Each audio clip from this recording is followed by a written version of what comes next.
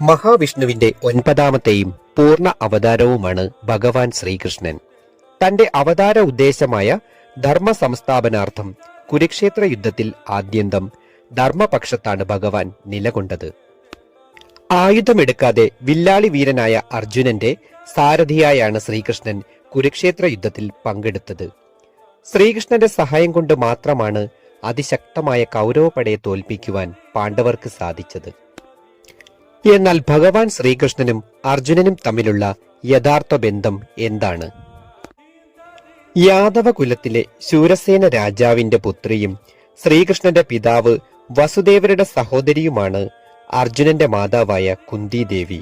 അതായത് അർജുനന്റെ മാതുലപുത്രനാണ് ഭഗവാൻ ശ്രീകൃഷ്ണൻ.